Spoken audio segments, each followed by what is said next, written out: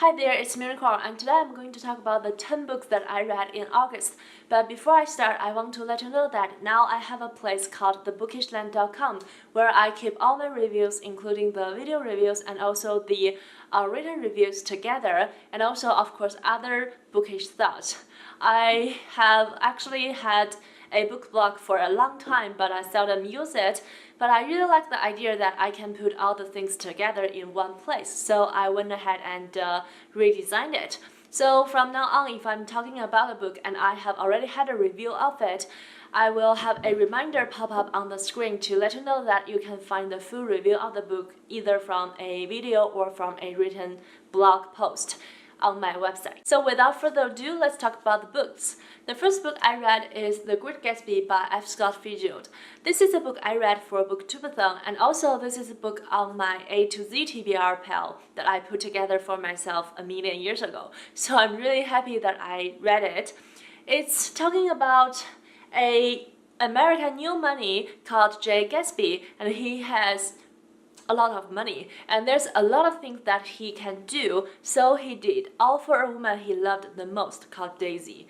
And this is a gorgeous book, I think, and it created a lot of fabulous quotes, including, whenever you feel like criticizing anyone, just remember that all the people in the world haven't had the advantages that you had, by the narrator. And also another quote I really liked and I think is very thorough: I'm glad it's a girl, and I hope she'll be a fool. That's the best thing a girl can be in the world, a beautiful little fool, said by Daisy. And after you read this book, your mind will echo a phrase called old sport, because that's a phrase that Gatsby uses to show that he is a high-class rich man. I think this book was as short as a dream. Different from Gatsby's endless parties, this book just ends very quickly, and I really like the atmospheric stories of it, because when you are reading it, you don't actually know if you are sober or not.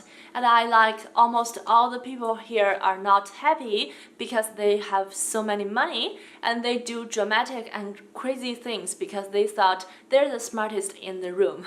And I really enjoyed the reading experience of it, and I finished the first round in audio, so I'm going to read it in paper very soon. Actually, I have already started to reread it. And the second book I finished is Oranges Are Not the Only Fruit by Jeanette Winterson. This is a book club read that I read for the Feminism Orchestra Book Club, and I really enjoyed it. This is a autobiography fiction that inspired by Jeanette Winterson's own life.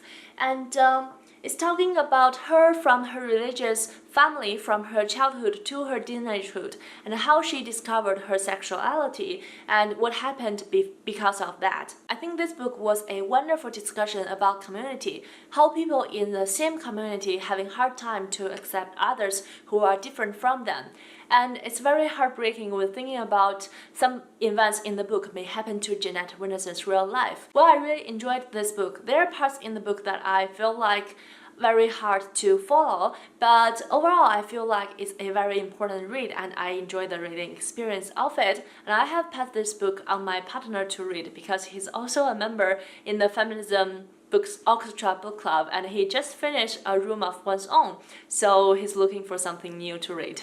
And next I have a non-fiction called Missoula by Jon Krakauer. This is a book about, as the subtitle suggested, about rape and the justice system in a college town.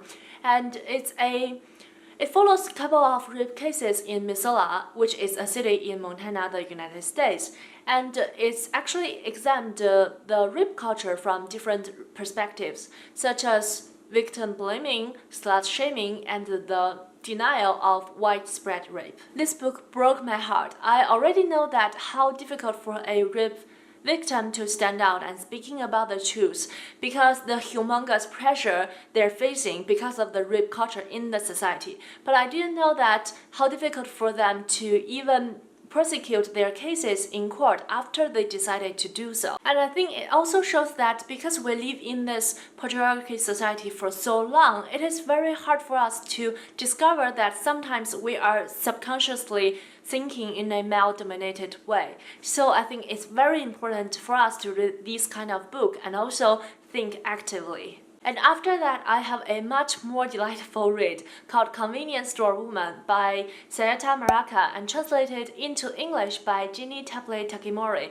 And I read the Chinese translation version, so my translator is called Wu Xi. This book was centered on a woman called Kiddo. She is a 36 years old single woman who works in a convenience store, which is supposed to be a temporary job, but she's been there for 18 years. So because of her life situation, her family and friends started to worry about her. And I just love this book so much, and I loved Kiddo as a character so much. She has a very unique ideas and observations of herself and others, and she has a very strange but lovely relationship with the convenience store. In my latest video, I talked about why I love this book so much, so I will just link the video down below and you can check it out. But I do want to quickly mention that I read the Chinese translation, and I heard from people who read both in Chinese and in English thought the Chinese translation was better than the English translation. But I cannot say that for sure because I haven't read the English translation, but I just think there's something that you need to know. And then next, I read a memoir called Affectionate Life by Sebnem Samuel. This is a memoir that the publisher sent to me in exchange of a honest review, so I did a honest review of it. I'll link it down below as well. And next, I read a very controversial book in this year's Booker longlist, that is Snap by Belinda Bauer. I think it's the first book ever got longlisted in the mystery and thriller genre, so people are having a lot of thoughts about that. But back to the story, it started with a very hot summer day where three children are waiting for their mothers to return to their car. Their mother went out to find looking for a phone booth to have an emergency call, but never came back. And fast forward 3 years later, the three children are of course 3 years older, and there are a lot of strange things happen in their town. For example, there's a pregnant woman who suddenly received a death-threatening note on her pillow, and also there are a lot of theft cases happened in their local area. I have a very complicated relationship with this book. On the one side, I recognize a lot of problems in the book, especially for the writing and the plot. For example, the unrealistic 13-year-old boy and the unrealistic behavior of the police, and also the stereotype of the pregnant woman. But on the other hand, I really enjoyed the experience when I was reading it. I don't know what does that tell me as a reader. I don't know if we can still enjoy a book if we know for sure that it's problematic, but I did enjoy it. I give it 3 stars. I think it was fun. I think it got me question my identification as a reader, and yeah, a lot of complicated thoughts.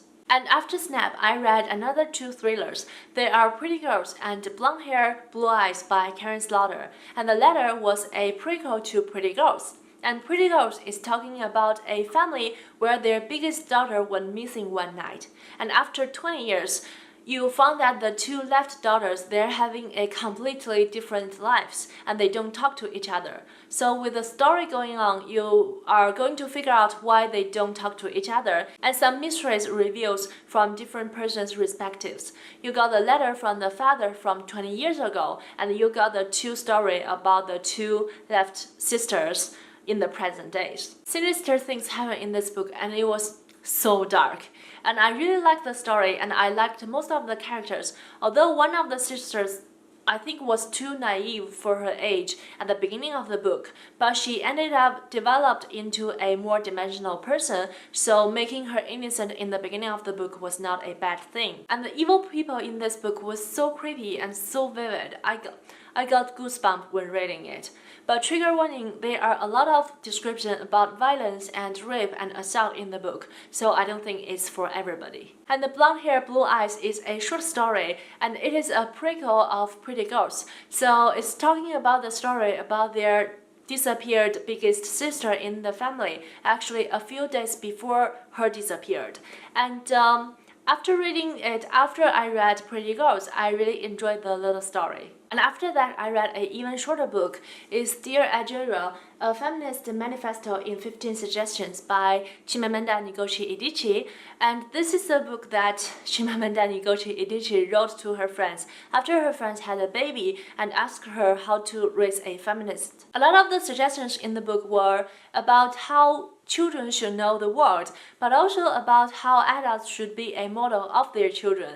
But apparently, as an adult who doesn't want to have children, I clearly didn't read this book to educate my child, but I think it's a very good book for us to reflect on our daily behaviors, to think about did we get biased on our day-to-day life, and to make sure that we are improving and being more open every day. And the last book I read is a graphic novel. It is Sabrina by Nick Dressel. And this is another book that got longlisted on this year's Man Booker Prize. And I feel it's very interesting to see literary prizes are trying different things and bring new genres to the public eyes. And personally, I did enjoy this graphic novel. It's talking about the things after a woman called Sabrina disappeared, and how this event affected her boyfriend, her family, and also the public.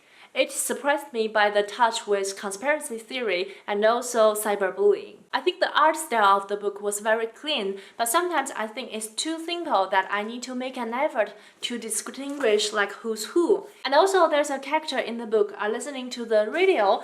I feel like the font when the radio was playing was too small. It's very hard to read. But besides that, I think it's a very good story, and if you like graphic novel, it was trying. And that's it for my August wrap up. I feel like this year went by extremely fast, and pretty soon Christmas will come, and that's all scary. But let me know what book you enjoy in August, and have you ever read the books that I mentioned in this video, and what's your thoughts about them? And in the meantime, happy reading! See you next time! Bye!